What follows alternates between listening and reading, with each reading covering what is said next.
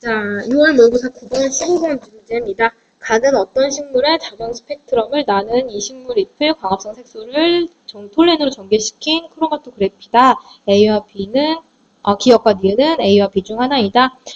이거는 당연히 나는 보자마자 카잔 A, B 해서 기억, 니은 찾아줄 수 있고요. 자, 가를 보면은 광합성 속도는 500에서 600에서는 낮고 400에서 500, 600에서 700에서는 높다라는 것을 확인하고 넘어가서 기억, 니은, 디귿을 보면 되겠죠. 자, 기억. 동그라미 기억은 틸라코이드 막에 있다. 엽록소는 틸라코이드 막에 박혀있는 관계 단백질에 있기 때문에 틸라코이드 막에 있다라고 봐야 되겠죠. 니은. 관계 1의 반응 중심 색소 물어보고 있어요. 관계 1이든 2든 반응 중심 색소는 엽록소 A. 엽록소 A는 기억이니까 틀렸죠. 디귿, 가에서 CO2 고정은 파장이 552, 450보다 많이 일어난다 라고 했어요. 자, 여기서 CO2 고정 이렇게 생각하지 말고 가만 생각해보면 CO2 고정이 일어나는 단계는 안반응이야, 안반응. 안반응. 안반응이 잘 일어난다라는 것은 명반응에서 정상적으로 산물이 잘 공급되고 있다라는 뜻이 되고요. 따라서 명반응이 잘 일어나는, 즉 빛 에너지가 잘 흡수되는 이런 광합성 속도가 빠른 곳을 여러분 찾아주면 되겠습니다. 자, 그래서 보면 550은 여기 있고 450은 여기죠. 딱 봐도 광합성 속도가 어마어마하게 차이가 납니다. 즉 550보다 450이 훨씬 더 CO2 고정이 잘 일어나게 된다. 그래서 디귿 문장은 틀린 설명이 되겠습니다. 그래서 기억만 정답. 그래서 1번이 정답이 됩니다. 자, 6월 모의고사 11번, 16번이 되겠습니다. 엽록체의 구조를 나는 벤슨의 실험을 나타내고 있죠. 자, 기억과 니은이 스트로마와 틸라코이드 내부 중에 하나래요. 그럼 기억은 당연히 스트로마, 니은은 내부가 되겠죠. 자, 그러면 문제 바로 보겠습니다. 자, 기억. 동그라미 기억에서 ATP 농도는 T2일 때가 T1일 때보다 낮다라고 했어요. 자, 그럼 동그라미 기억엔 이제 스트로마죠. 스트로마에서 이제 ATP가 어느 정도 농도가 되는가라는 걸 유추하려고 이 그래프를 봤더니 T1은 빛이 있는 1번 조건의 마지막 부분이고 T2는 빛이 없는 구간 2의 이 포도당 합성이 끝난 부분이 T2예요. 자, 그러면 T1은 지금 빛이 있었기 때문에 열심히 관계에서 명반응을 했고 명반응 산물인 ATP가 많이 만들어져 있었을 거예요.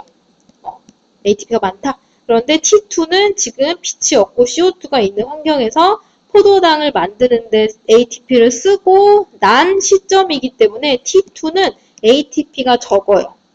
그리고 이번 구간에서 빛이 없기 때문에 명반응을 새로 해서 ATP를 새로 만들지 못하니까 T1보다는 T2가 ATP가 적습니다. 따라서 이 문장은 더 맞는 문장이 되겠습니다.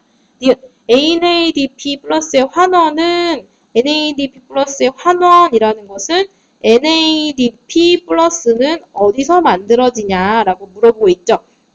NADPH가 만들어지는 곳은 틸라코이드 막에서 만들어지긴 하지만 만들어지는 쪽은 스트로마 쪽. 왜냐면 스트로마에서 NADPH를 사용하니까 라고 여러분들이 기억하면 되겠죠. 그래서 니은이 아니라 기억이라서 이 니은은 틀렸습니다.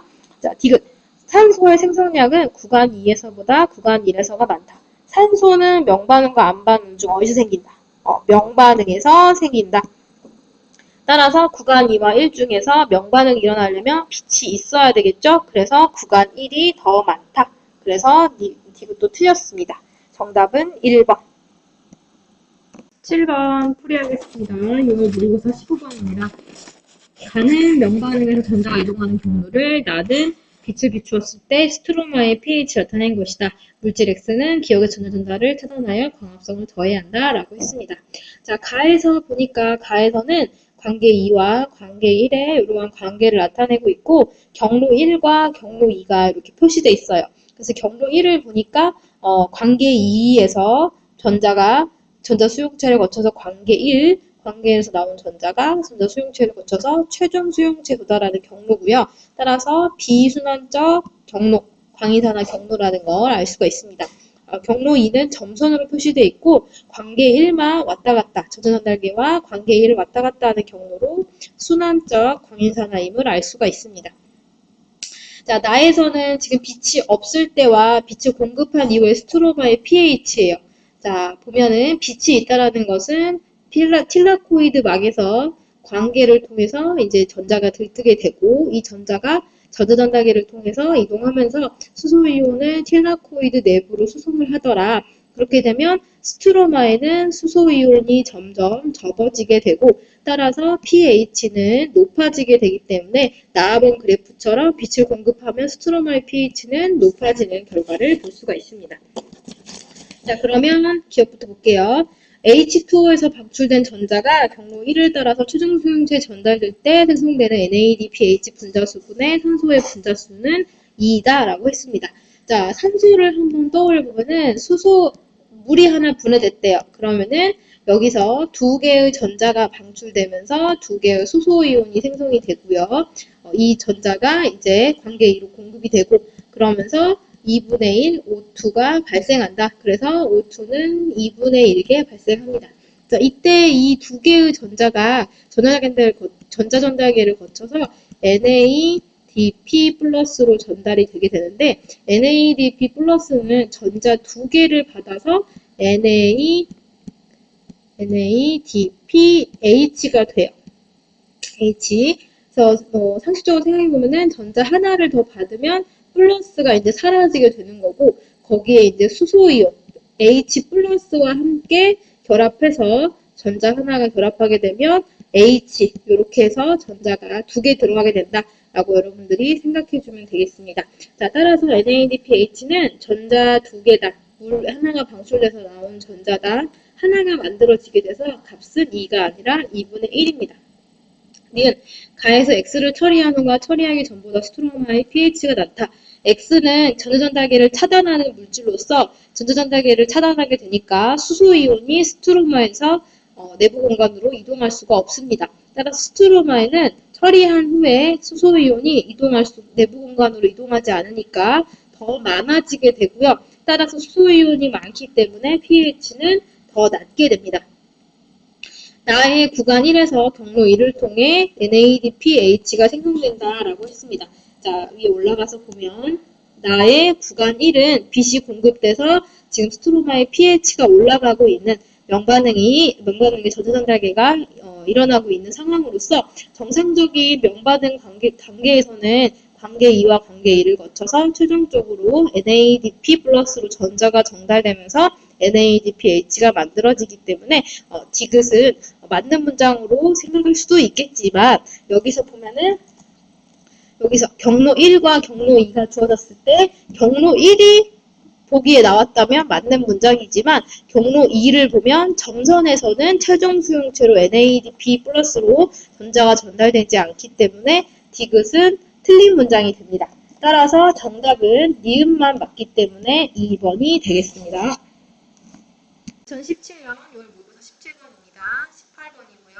14CO2를 공급하고 빛을 비춘 후에 14C가 포함된 유기물 생성량을 시간에 따라 측정했대요. 기억과 니은은 3PG와 RUBP 중 하나입니다. 자, 여기서 RUBP가 3PG가 되는 과정에서 CO2가 쓰이기 때문에 이 문제에서 사용된 14CO2가 사용돼서 처음 만들어지는 유기물은 바로 3PG가 되는 거예요. 그래서 이 문제에서는 이 CO2가 처음 사용돼서 만들어지는 물질이 3PG이기 때문에 14CO2를 공급하면은 가장 먼저 14C가 포함된 유기물이라는 것은 3PG가 된다라는 것을 착안해서 이 그래프를 해석을 하면 됩니다. 즉 그래프를 보면은 시간이 쭉 지나면서 보니까 기억이 가장 먼저 만들어지기 시작하는 물질이 돼요. 시간이 조금밖에 안 지나는데 이 기억 물질은 생성되기 시작하죠. 즉 14C가 포함된 처음 생성된 유기물이 기억이라는 뜻이고 기억이 3PG가 되겠습니다. 자, 그래서 이 3PG가 이제 G3P를 거쳐서 6탄당 인산이라는 이러한 포도당을 만들기 위한 물질이 되고요. 이게 이제 포도당으로 바뀌게 됩니다. 자, 자, 이 과정에서 G3P는 5분자가 남아서 얘네들이 만약에 3개의 CO2를 공급했다면 5분자의 G3P가 남게 되죠. 그래서 5분자의 G3P가 RUBP로 재생되기 때문에 RUBP는 조금 더 마지막에 이렇게 나타나게 된다. 자, 그러면 기억. 켈빈에로에서 14C가 포함된 최초 생성물은 기억이다. 그래서 14CO2를 공급했을 때 가장 먼저 14C가 포함된 이러한 유기물로 나타난 게 기억이기 때문에 기억은 최초 생성물로 볼 수가 있다. 니은. 켈빈에로에서 한 분자의 기억이 G3P로 전환될 때 소모되는 ATP분의 NADP, H 분자수. 이거 계속 나오고 있죠. 3PG가 G3P로 될 때 ATP와 NADP는 같은 수가 소모된다. T1일 때 기억을 구성하고 있는 탄소는 모두 14C이다. 자, 여기서 RUBP에는 5개의 탄소가 있고 따라서 CO2 한 분자만 더 추가돼서 탄소 3개짜리 3PG 2개가 만들어지는 거기 때문에 이론적으로 이 14C가 포함된 CO2는 이 탄소 중에 딱 한 개만 들어있는 거예요. 만들어지는 2개의 3PG 중에. 따라서 모두 14C다라고 하는 것은 잘못된 설명이 되겠습니다. 따라서 정답은 기억과 니은이 맞는 3번이 정답. 자, 19번 수능 10번 문제입니다. 그림은 광합성이 일어나고 있는 어떤 녹조류에 CO2를 농도를 변환시켰을 때 시간에 따른 물질 기억의 농도를 나타낸 것이다. 기억은 이 녹조류의 연목체 내에 존재하며 RUBP와 3PG 중 하나이다 라고 했습니다. 자, 여기서 1%의 CO2를 공급하다가 0.003%로 줄였대요. 그럼 CO2가 확 줄어들었죠? CO2 공급이 줄어드니까 이 기억의 농도가 확 줄어들고 있다라고 이렇게 나와 있습니다. 자, 그러면 이 CO2가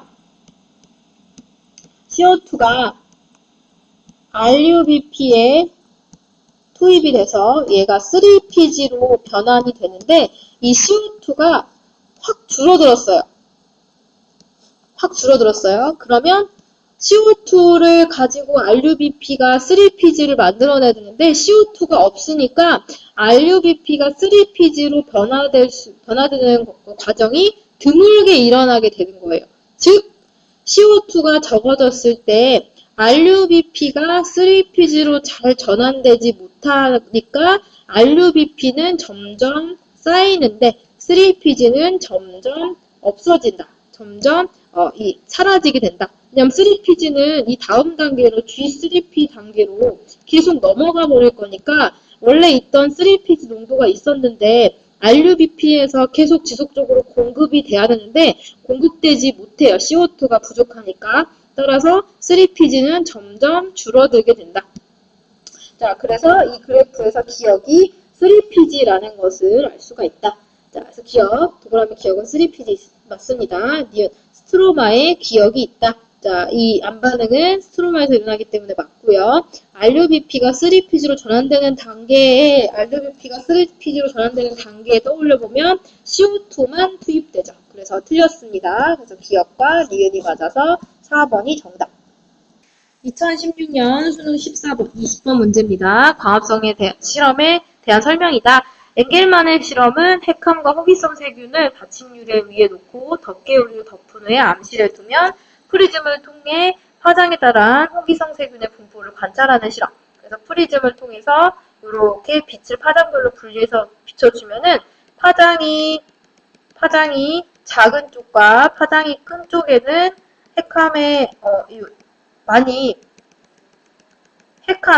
호기성 세균이 많이 모이는데 핵함은 가운데 이렇게 있고 가운데는 안 모이더라. 이러한 결과를 여러분들이 알고 있고요. 루벤의 실험은 클로렐라 배양액에 2개의 플라스크를 준비해서 클로렐라 배양액을 넣고 한 플라스크에는 물에 들어있는 산소에다가 방사성 동위 원소를 쓰고 하나는 지산화탄소에 들어있는 산소에다가 이렇게 방사성 동위 원소를 쓰고 광합성을 시켰을 때 발생하는 기체를 분석한다고 합니다.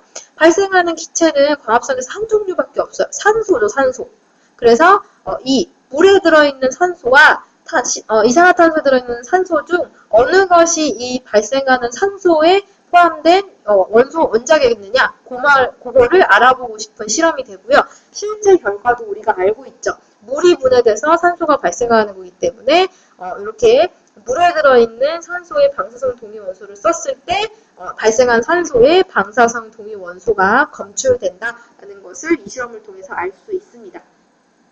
자, 그러면 기억부터 볼게요. 자, 1에서 호기성 세균은 녹색광보다 적색광이 비춰지는 곳에 많이 모인다. 이거는 하도 나와가지고, 그쵸? 그래서 요거는, 이 녹색광보다 적색광이 광합성이 더 잘 일어나기 때문에 산소가 많이 발생하고, 따라서 호기성 세균이 많이 모인다.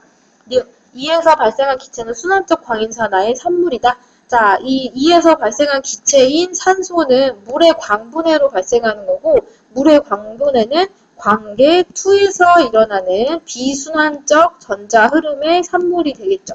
그래서 니은 틀렸다. 디귿 1과 2는 모두 광합성 과정에서 발생하는 O2가 H2O로부터 유래한다는 것을 증명한 실험이다. 1에서 어떻게 증명을 하겠어요? 관련이 없는데. 여기서 O2가 H2로부터 유래한다는 걸 증명한 실험은 2번.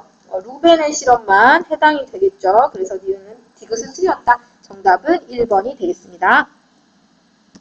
자, 2016년 9월 모의고사 5번입니다. 자, 식물에서 분리한 엽록체를 이용하여 산소 발생량을 측정한 실험이다. 자, 여기서 사용한 게 옥살산철 3라는 걸 사용했는데요. 얘네들은 비순환적 광이산화 경로를 따라 이동하는 전자를 받아줄 수 있는 전자 수용체다라고 했습니다.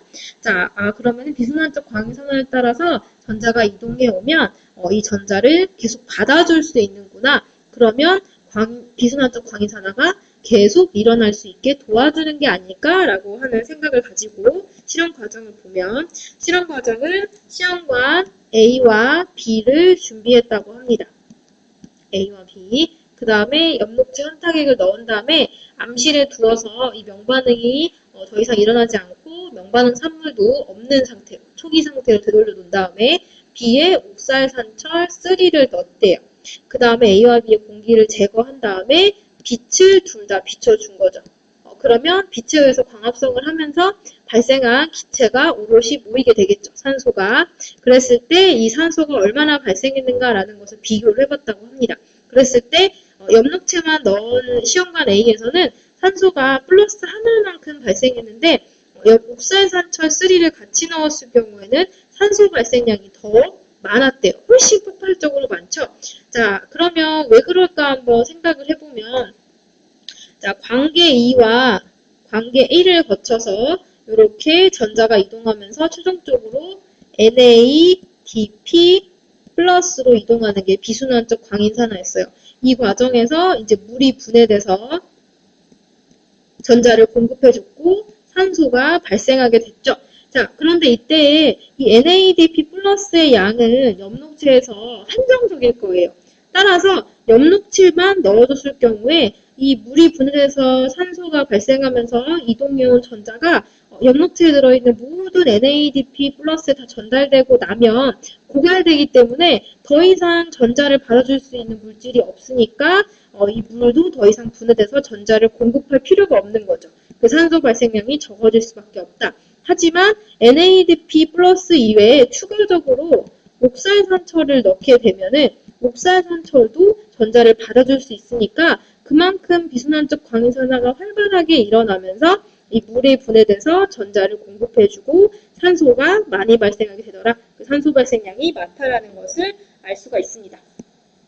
자, 그러면 기억 볼게요. B에서 옥살산철이 환원되었다. 기억. 자, B에서 보면은 옥살산철은 전자를 받아주는 물질이니까 전자를 받게 되면은 환원되었다라고 할 수 있겠죠. 그래서 B에서 옥살산철이 전자를 받아 환원되었다. 그 다음에 니은 B에서 발생한 O2는 이거는 알고 있죠.